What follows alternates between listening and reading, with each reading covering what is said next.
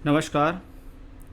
आपने birth detail दी है 30 नवंबर 1970 सुबह 11 बजे जन्म हुआ है। आइए देखते हैं कुंडली में ग्रहों की स्थितियाँ कहाँ किस तरीके से चल रही हैं। आपकी कुंडली मकर लगन धनु राशि की कुंडली है। मकर लगन शनि का लगन है। चंद्रमा 9 नंबर में 12वें घर में बैठे हैं। धनु राशि है आपकी। राशि के स्वामी बृहस्पति, लगन के स्वामी शनिदेव। शनि का लगन है। जब जब लगन के ऊपर शनि का प्रभाव हो या शनि का लगन हो तो ऐसे व्यक्ति स्वभाव से बहुत मेहनती होते हैं, या ये कह सकते हैं इनके ग्रह इनसे जीवन में बहुत अधिक मेहनत कराते हैं, तभी इनको जीवन में कुछ प्राप्त होता है। ये लगन है। लगन का मालिक शनि चौथे घर में नीच का हो गया है। लगनेश चौथे घर में नीच का रहने के लिए छत तो देता है, लेकिन ऐसे लोगों को जीवन में खुद के बल पर प्रॉपर्टी एकत्रित करने में, बनाने में, जमा करने में थोड़ा समय लग जाता है। लग्नेश शनि चौथे घर में नीच का होकर लगन को वापस दृष्टि देता है, यानी व्यक्ति कैपेबल है जीवन में सभी प्रकार की परिस्थितियों में आगे बढ़ के जीवन में तरक्की करने के। क्योंकि शनि लग्नेश होकर लगन को देखता है तो जीवन संघर्षरत अवश्य रहेगा, लेकिन संघर्षों के बाद ही प्राप्ति होगी। कुछ भी ऐसा नहीं होगा जो आपको पड़ा हुआ मिले और आप उठा लें। शनि नीच का है, मंगल उसको देख रहा है। शनि का नीचभंग राजयोग करता है। मंगल कुंडली में चतुर्थेश होकर चौथे घर को देख रहा है। इसका मतलब अवश्य ही यह व्यक्ति जीवन में अपनी खुद की संपत्ति बनाने में सक्षम रहेगा, क्योंकि मंगल चौथे घर से संबंध बनाता है, शनि को देखता भी है। शनि मंगल जब आपस में एक दूसरे को देखें और चौथा और सप्तम भाव, दशम भाव हो, तो ऐसे व्यक्ति भूमि, जमीन, जायदाद, कंस्ट्रक्शन, सिविल इंजीनियरिंग, कंस्ट्रक्शन से संबंधित काम, ऐसे कामों में भी मैंने बहुत लोग देखे हैं जो जीवन में उन्होंने सफलताएं हासिल की हैं। आपके दशम भाव में शुक्र बैठा हुआ है, अपनी ही राशि में मंगल के साथ है। मंगल शुक्र का योग इलेक्ट्रॉनिक इंजीनियर का योग होता है, या इलेक्ट्रिक से संबंधित कामों का होता है। बिजली से संबंधित उपकरण, अग्नि से संबंधित उपकरणों से संबंधित कार्य होता है। उससे रिलेटेड ही आप ये काम भी कर रहे हैं, सोलर सिस्टम का काम। तो काम तो आपका ठीक है, क्योंकि शुक्र से संबंधित ये कार्य है। मंगल नवांश कुंडली में भी शुक्र की राशि में है, शुक्र शनि की राशि में है, और सोलर सिस्टम हो तो उसके अंदर मेटल का यूज़ तो होता ही है। तो शनि को मेटल कहते हैं। मंगल शुक्र का योग ये योग बनाता है। तो काम तो आपका गलत नहीं है, काम तो आपने ये ठीक चूज़ किया हुआ है। अब देखने वाली बात ये होती है कि ये काम कब जोर पकड़ता है। बहुत बार मैंने कुंडलियों में ये बताया भी है कि जब जब कोई भी ग्रह कुंडली में अच्छा है, मजबूत है, बलशाली है, जब तक उस बलशाली ग्रह की दशा नहीं आएगी तब तक वह ग्रह अपना फल नहीं देगा। चाहे कुंडली में धन योग बने, चाहे राजयोग बने, उससे कोई लेना देना नहीं है। बात यह है कि क्या चल रही है दशा। अगर दशा है तो राजयोग मिलेगा, दशा नहीं है तो राजयोग नहीं मिलेगा। उसके बारे में भी और चर्चा करेंगे। शुक्र सप्तमेश होकर दशमेश होकर दशम भाव में बैठा मंगल के साथ है, यानी जीवन में मंगल या शुक्र से संबंधित दशाएं आएंगी तो आपके कार्य क्षेत्र के लिए अच्छी रहेंगी। बृहस्पति द्वादशेश और तृतीयेश होकर दशम भाव में बैठा है, जो ये दिखाता है कि जब तक आप अपने कार्य क्षेत्र को लेकर टूर, ट्रैवलिंग्स, यात्राएं नहीं करोगे, बाहर के लोगों से नहीं जुड़ोगे, दूर के लोगों को नहीं बताओगे कि मैं ये काम करता हूँ, मैं आपको ये सप्लाई दे सकता हूँ, तब तक कार्य क्षेत्र में इतनी उन्नति नहीं मिलती है। क्योंकि बृहस्पति यहाँ ऐसे स्थानों के मालिक है जो कार्य क्षेत्र के लिए आपको मेहनत कराएंगे ही कराएंगे। चंद्रमा सप्तम भाव का मालिक है। सप्तमेश का अपने से छठे में जाना वाइफ की हेल्थ के लिए अच्छा नहीं माना जाता है। साथ ही साथ इसको थोड़ा बहुत रिलेशनशिप्स के लिए भी प्रॉब्लम में डालते हैं। आपके भाग्य स्थान का मालिक बुध है, वो भी 12वें घर में बैठा है। इसका मतलब है कि आपको अवश्य ही भाग्य जगाने के लिए स्थान से दूर जाना पड़ेगा। जिस स्थान पे आपका जन्म हुआ है वहाँ से दूर जाकर काम करो, सप्लाई का काम करो, लोगों से जुड़ो। जितना ज़्यादा आप लोगों से जुड़ेंगे, दूर के लोगों से जुड़ेंगे, उतना आपका कार्य अच्छा चलेगा। तो ये तो थी एक प्लेनेटरी पोजीशंस थी जिसके बारे में मैंने आपको बताया। ज़्यादा मुख्य बात होती है दशा। दशा किसकी है? राहु की। कौन है राहु? दूसरे घर में बैठा हुआ ग्रह। राहु केतु अगर धन भाव में हो, अकेले बैठे हों तो धनदायक होते हैं।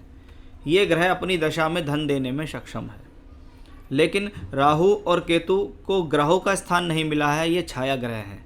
ये ग्रह जिसकी राशि में बैठते हैं उसके अनुसार फल देते हैं। राहु शनि की राशि में दूसरे घर में है, शनि चौथे घर में बैठा है। अब दूसरा घर कुटुंब का, चौथा घर भूमि जमीन जायदाद प्रॉपर्टी का, और अष्टम भाव पैतृक संपत्ति का।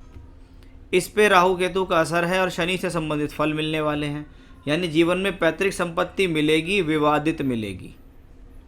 पैतृक संपत्ति मिलने में विवाद अवश्य होगा, तब कहीं जाके व्यक्ति को जीवन में संपत्ति मिलती है। और कभी कभी ऐसे लोगों को संपत्ति में कुछ कमी भी मिलती है, जैसे 25% हिस्सा मिलना है तो 15% ही मिल गया, 20% ही मिल गया, ऐसा भी देखा जाता है। लेकिन मिलता अवश्य है।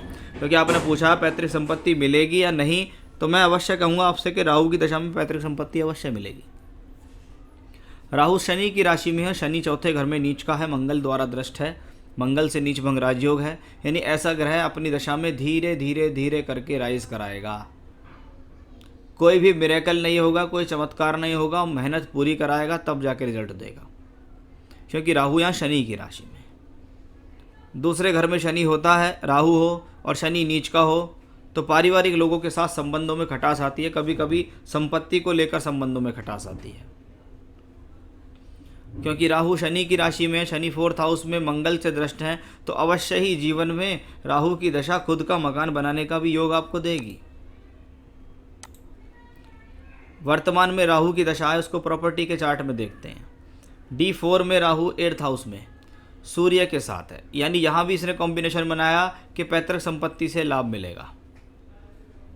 लेकिन जब बात आती है कि खुद का मकान कब बनेगा, राहु की महादशा, राहु की अंतर्दशा, राहु यहाँ भी शनि की राशि में, शनि यहाँ 4th हाउस में, शनि फिर मंगल शनि आपस में एक दूसरे को देख रहे हैं। यहाँ भी मंगल शनि एक दूसरे को देख रहे हैं। यानी राहु में शनि जून 25 से अप्रैल 28 के बीच ज़्यादा प्रबल योग होगा इस कुंडली के लिए, जो जीवन में एक प्रॉपर्टी का सुख देगा, जीवन में एक मकान का सुख देगा। ये वो समय होगा जब जून 25 से अप्रैल 28 के बीच में व्यक्ति खुद की संपत्ति का मालिक हो जाएगा, खुद के मकान के मालिक बन जाएंगे आप। लेकिन हमारा पहला टारगेट होता है जीवन में धन कमाना। अगर आप धन कमा रहे हैं, आपका काम धंधा अच्छा चल रहा है, आपकी आर्थिक स्थिति अच्छी चल रही है, तो ही आप अपने जीवन में अच्छे हो। एक बार मकान बना के क्या करना है, मकान लिया, कर्ज ले लिया, मकान बना लिया, लेकिन उसको चुकाना भी है, रोज़ के ज़िंदगी के खर्च भी चलाने हैं। इसलिए ज़्यादा ज़रूरी चीज़ है काम चले, ज़्यादा ज़रूरी चीज़ है सोर्स ऑफ इनकम लगातार बनता रहे। राहु दशमांश कुंडली में उच्च के शुक्र के साथ दूसरे घर में बैठे हुए हैं। ये भी एक अच्छी ही स्थिति है, इसको भी मैं प्रोफेशनली अच्छी मानता हूँ। यानी राहु की दशा में भले ही मेहनत दिखती है, लेकिन व्यक्ति को कार्य क्षेत्र में सफलता मिलेगी। ये तो थे इस कुंडली में राहु के। हाँ, अभी राहु में राहु जनवरी 2023 तक चल रही है। अभी क्या होगा, अप्रैल 2022 में राहु केतु का राशि परिवर्तन हो जाएगा। राहु केतु मेष राशि और तुला राशि के अंदर आ जाएंगे, तो यहाँ भी चौथे घर से संबंधित स्थितियाँ होंगी।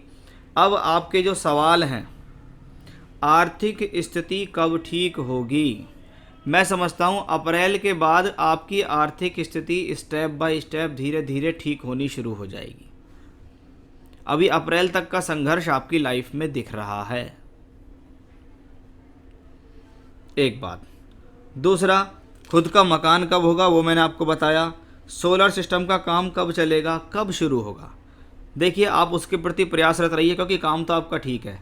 इलेक्ट्रिक, इलेक्ट्रॉनिक्स, बिजली, अग्नि, वायर, इलेक्ट्रिक की दुकान, इलेक्ट्रॉनिक इक्विपमेंट्स,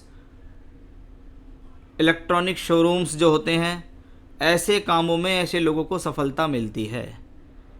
उसके लिए, सफलता के लिए सही दशा भी जरूरी है। दशा आपको चल रही है जो आपसे एफर्ट्स करा रही है। अप्रैल के बाद स्थितियां धीरे धीरे धीरे करके बेहतर होंगी। अब जब कुंडली में राहु की दशा हो, शनि की राशि में हो, शनि नीच का हो, तो ये ग्रह कहता है कि जब तक आप मुझे पूजेंगे नहीं, जब तक आप मेरी पूजा नहीं करेंगे, तब तक मैं आपको किसी प्रकार के दोष से मुक्त नहीं करूंगा। क्योंकि आपकी जो कुंडली आपके पूर्व पुण्य, पिछले कर्मों के आधार पर मिलती है। आपने पिछले जन्म में कुछ कर्म ऐसे किए होंगे जिसके कारण आपको ये लॉस हो रहे हैं या प्रॉब्लम हो रही है, तो आप उस ग्रह से क्षमा प्रार्थना कर सकते हैं, वो ग्रह आपको माफ़ करेगा और आप जीवन में आगे बढ़ेंगे। तो राहु की दशा बहुत लंबी दशा है। अभी तो आपको मई 2020 से मिली है, 18 वर्ष की महादशा होती है। राहु शनि के रिजल्ट देगा, शनि लग्नेश होकर लगन को देख रहा है, यानी दशा में प्रोग्रेस तो है, लेकिन जैसे लोग बाग शनि के नाम से डर जाते हैं, उसमें प्रॉब्लम सीधा यही है कि शनि वो ग्रह हैं जब तक आपको जी तोड़ मेहनत नहीं कराएंगे तब तक रिजल्ट नहीं देते। सुबह शाम दोपहर कुछ नहीं देखना है, सिर्फ मेहनत करनी है, काम करना है, रिजल्ट ग्रह आपको देंगे। करना क्या है ऐसी स्थिति में? देखिए, शनि मंगल की राशि में है, नीच के हैं, मंगल द्वारा दृष्ट है, यानी ऐसी स्थिति में व्यक्ति को हनुमान जी से संबंधित पूजा पाठ करनी चाहिए। मैं जितनी भी पूजा आपको बताऊंगा वो सब हनुमान जी से संबंधित बताऊंगा, वो आपको करनी है। करना कैसे वो बताता हूँ। बजरंग बाण का रोज पाठ करेंगे। हर मंगलवार शनिवार शाम के समय चमेली के तेल का दीपक जलाएंगे आप हनुमान जी के सामने, प्रसाद रखेंगे और सुंदरकांड का पाठ करेंगे। सिर्फ मंगल और शनिवार को सुंदरकांड, रोजाना करना है बजरंग बाण। मंगलवार को हनुमान मंदिर जाके हनुमान जी को चोला चढ़ाएं, प्रसाद चढ़ाएं। ये 3-4 उपाय लगातार आपको अपने जीवन के अंदर ढालने हैं, लगातार जीवन में ये उपाय करने हैं। शुक्र ग्रह का रतन पहनना आपके लिए सबसे ज़्यादा जरूरी है, क्योंकि शुक्र आपकी कुंडली में कर्म का मालिक है। आपकी प्रोफेशनल लाइफ कैसे बेहतर हो उसके लिए आप डबल फायर ऑस्ट्रेलियन ओपल रतन हमसे प्राप्त कर सकते हैं। चांदी में हम आपको इसको बनवा के देंगे। वो एकमात्र रतन आपकी कुंडली के लिए है जो आपको पहनना है। वर्तमान में शनि की 7.5 भी आपको चल रही है और 2022 में भी शनि की 7.5 आपको प्रभावित करेगी, इसमें भी कोई संदेह नहीं है, क्योंकि 2022 में भी शनि थोड़े समय के लिए कुंभ राशि में जाएंगे लेकिन फिर मकर में ही रहेंगे। तो शनि की 7.5 भी, राहु की दशा यानी शनि से संबंधित दशा भी आपको चल रही है, तो वो भी अच्छा है। शनिदेव पर आप दीपक भी जलाने जा सकते हैं शनिवार की शाम को, सरसों के तेल का, पीपल के पेड़ के नीचे, वो भी आपके लिए अच्छा रहेगा। लेकिन उपाय निरंतर करने पड़ेंगे। 3 महीने, 6 महीने, 9 महीने, साल भर, 2 साल, 3 साल, जैसे जैसे आप उपाय लगातार करते चले जाओगे वैसे वैसे आपके जीवन में प्रगति आती चली जाएगी। कहते हैं लगातार मेडिसिन खाने से, लगातार आयुर्वेदिक दवाई खाने से व्यक्ति की बीमारी खत्म हो जाती है। ऐसी लगातार पूजा पाठ करने से, ईश्वर से प्रार्थना करने से आप जीवन में तरक्की भी पाएंगे। तो रतन बता दिया क्या है, उपाय बता दिए, स्थितियाँ आगे कब से ठीक होंगी वो भी सब मैंने आपको यहाँ बता दिए हैं। आप अपने जीवन में आगे तरक्की भी करेंगे। मेहनत थोड़ा ज़्यादा करनी पड़ेगी लेकिन सफलता अवश्य मिलेगी। नमस्कार।